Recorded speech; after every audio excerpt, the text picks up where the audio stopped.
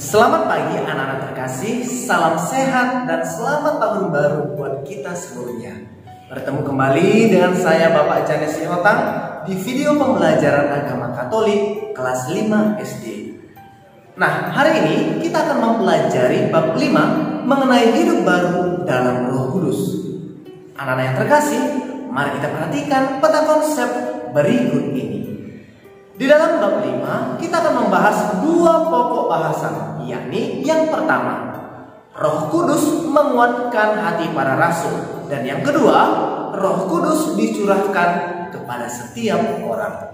Nah, anak-anak yang terkasih, hari ini kita khusus mempelajari mengenai Roh Kudus menguatkan hati para rasul. Adapun tujuan pembelajaran kita yaitu yang pertama, kamu mampu menjelaskan peristiwa turunnya Roh Kudus atas para rasul. Dan yang kedua, kamu mampu menjelaskan pengertian Roh Kudus. Baik, anak-anak yang terkasih, sebelum kita bahas lebih lanjut mengenai pokok bahasan yang pertama, yakni Roh Kudus menguatkan hati para rasul, ada baiknya kamu simak penjelasan mengenai pengertian Roh Kudus berikut ini. Sebagai orang Kristen yang telah diselamatkan, apakah pengenalan kita terhadap Roh Kudus hanya terbatas sebagai kekuatan saja?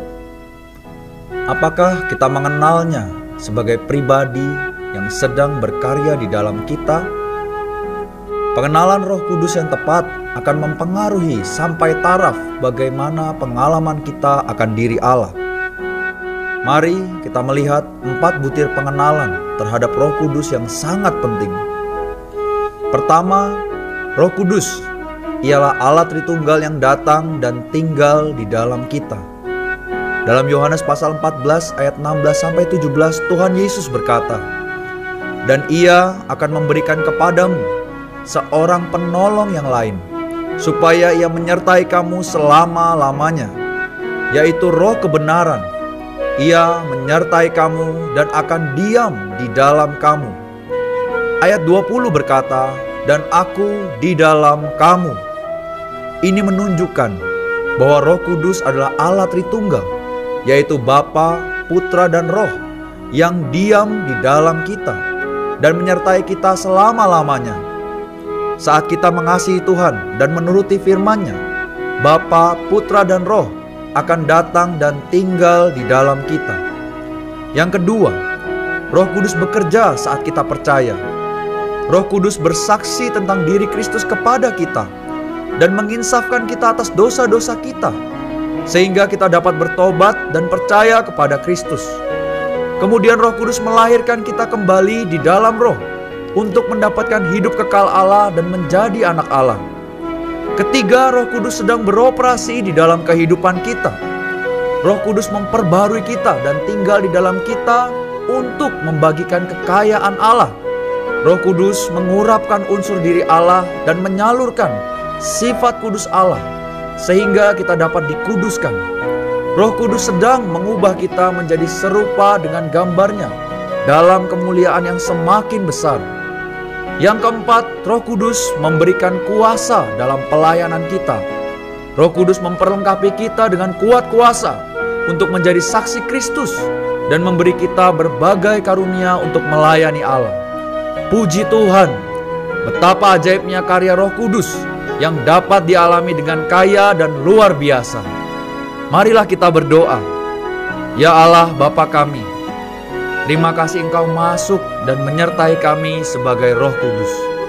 Kami bersyukur Roh Kudus membuat kami bertobat, percaya, dan dilahirkan kembali menjadi anak Allah. Roh Kudus sedang menguduskan dan mengubah kami semulia dengan Putra-Mu. Bahkan Roh-Mu memberikan kuasa dan karunia kepada kami untuk melayani-Mu. Di dalam nama Tuhan Yesus kami berdoa dan mengucap syukur. Haleluya, amin.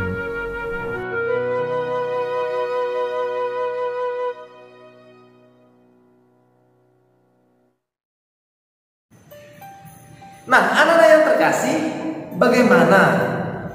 Apakah kamu sudah memahami apa yang dimaksud dengan Roh Kudus? Iya, semoga melalui penjelasan tadi kita menjadi anak-anak yang beriman yang selalu disertai oleh Roh Kudus. Nah, minggu lalu Bapak telah memberikan pertanyaan yang menjadi tugas kamu. Secara keseluruhan, Bapak telah memeriksa tugas yang kamu kerjakan. Tetapi ada juga anak yang belum mengerjakannya dengan penuh tanggung jawab. Apakah Bapak kecewa terhadap anak yang belum mengerjakan? Ya, tentu kecewa. Tapi marilah, kiranya di tahun yang baru ini kamu harus memiliki semangat dan tanggung jawab yang baru juga. Jadi tinggalkan kebiasaan-kebiasaan kita yang lama. Mari perbarui diri kita dengan sikap-sikap yang positif. Baik, anak-anak yang terkasih, Bapak akan memberikan pertanyaan sebagai berikut untuk menggali pengetahuan kita mengenai kisah Charles Darrow. Nah, pertanyaan pertama, siapakah Charles Darrow? Baik, dia adalah pencipta permainan monopoli. Pertanyaan yang kedua, apa penyebab Charles Darrow mengalami frustasi? Ayo, ada yang mengetahuinya?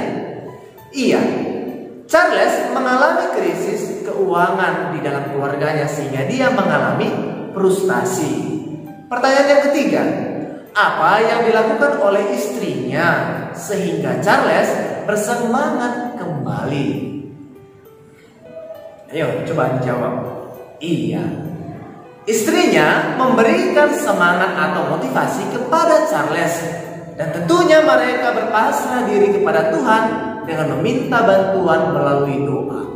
Jadi mereka berdoa kepada Tuhan. Baik anak-anak yang terkasih, jadi kesimpulan dari kisah Charles Darrow sehubungan pelajaran kita mengenai Roh Kudus adalah Tuhan tidak akan membiarkan kita larut dalam duka yang kita alami dan cobaan yang tidak bisa kita lewati. Tetapi Tuhan akan membimbing kita dengan bantuan Roh Kudus untuk melewati masa-masa sulit yang kita alami. Nah, semoga pembelajaran hari ini bermakna bagi kita seluruhnya.